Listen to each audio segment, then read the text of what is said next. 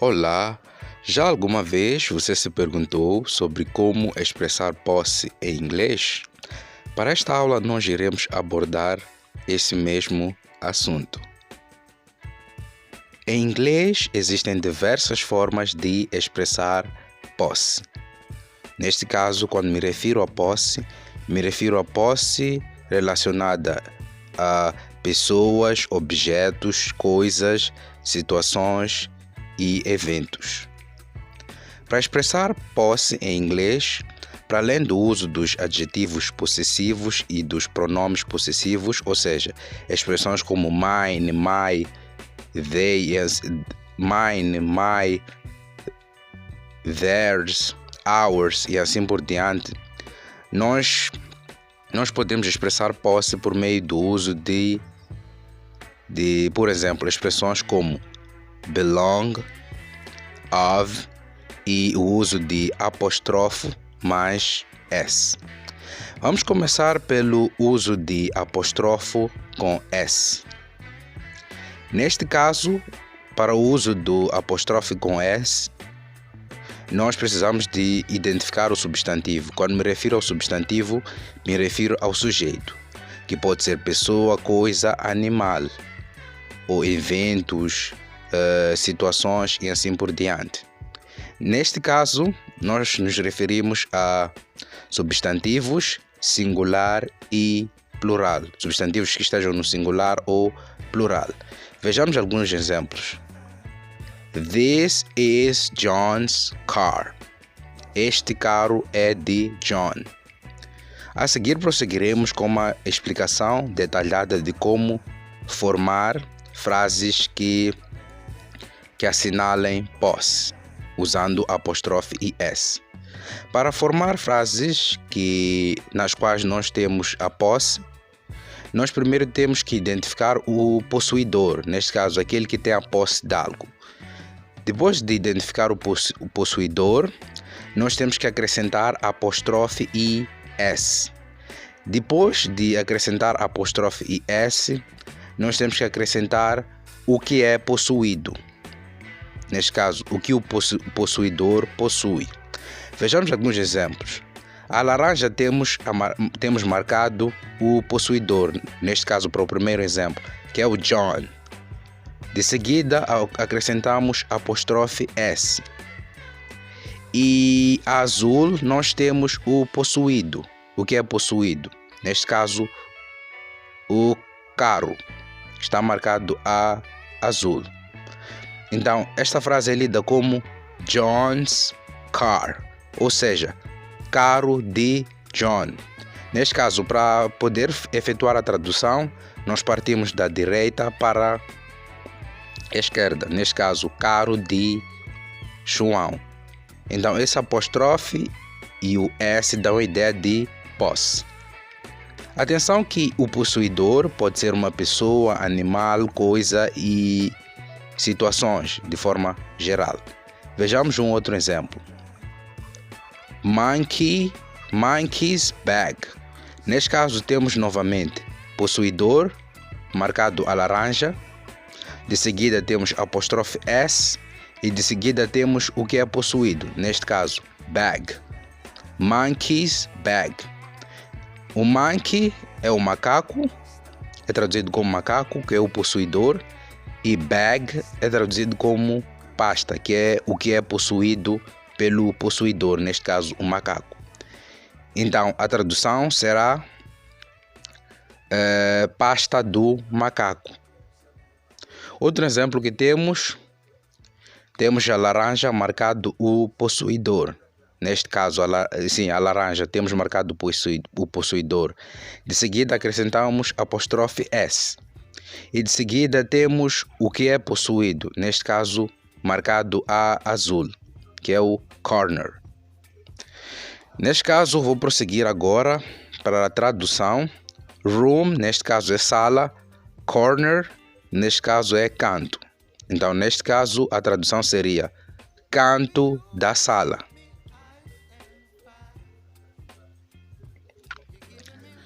Para os casos em que nós temos um substantivo que termina em S, ou seja, um sujeito, uma coisa, um animal, um evento, uma situação que termina com S, nós só acrescentamos apóstrofe e não acrescentamos o S. Vejamos um exemplo.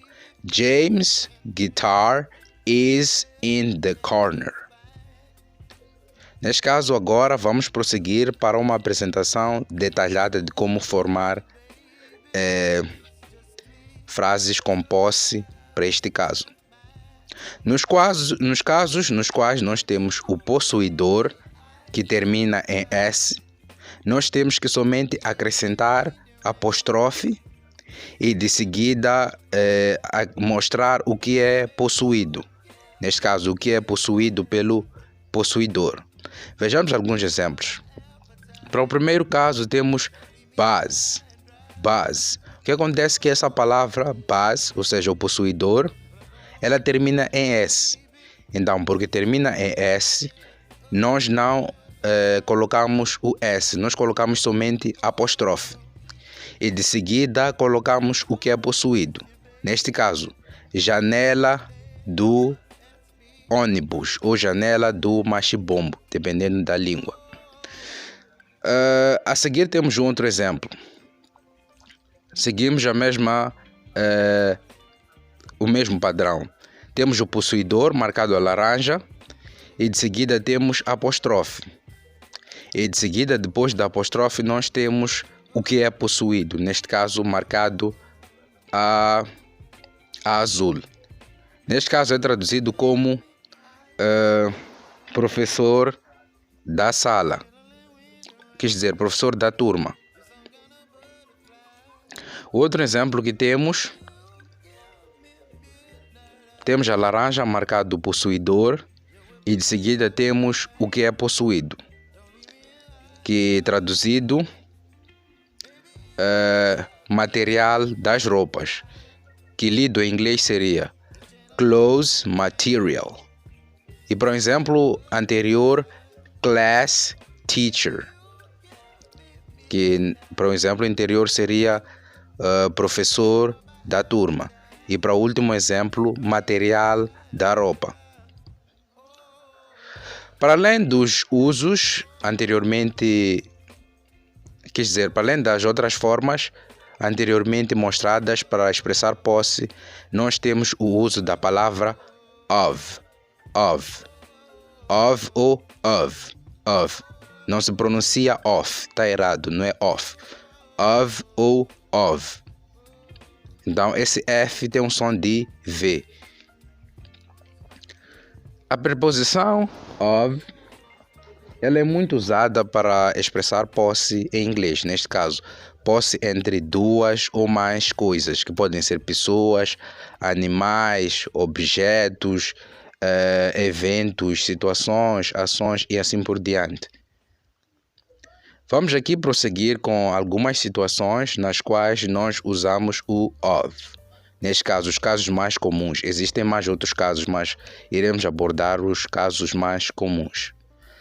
Nós usamos o of quando queremos nos referir à posse de objetos inanimados, quer dizer. Por exemplo, the pages of the book are yellow. As páginas do livro são amarelas. Atenção que esse of ele é traduzido como de ou do. Dependendo do caso, pode ser traduzido como de ou do, mas na maioria das vezes é traduzido como de. Neste caso, é traduzido como de. The pages of the book are yellow. As páginas do livro são amarelas. Neste caso, aqui está-se a expressar posse entre objetos inanimados. Nesse caso, páginas do livro. Está-se a dizer que essas páginas do livro possuem uma relação de posse, neste caso. Outra situação que nós temos é a relação de pertencimento. Exemplo: the house of my grandparents. A casa dos meus avós. Neste caso, está-se a expressar uma relação de pertencimento entre a casa e os avós. Neste caso, existe uma relação de pertencimento entre os avós e a casa. Neste caso, usa-se o of, que é traduzido como do, neste caso.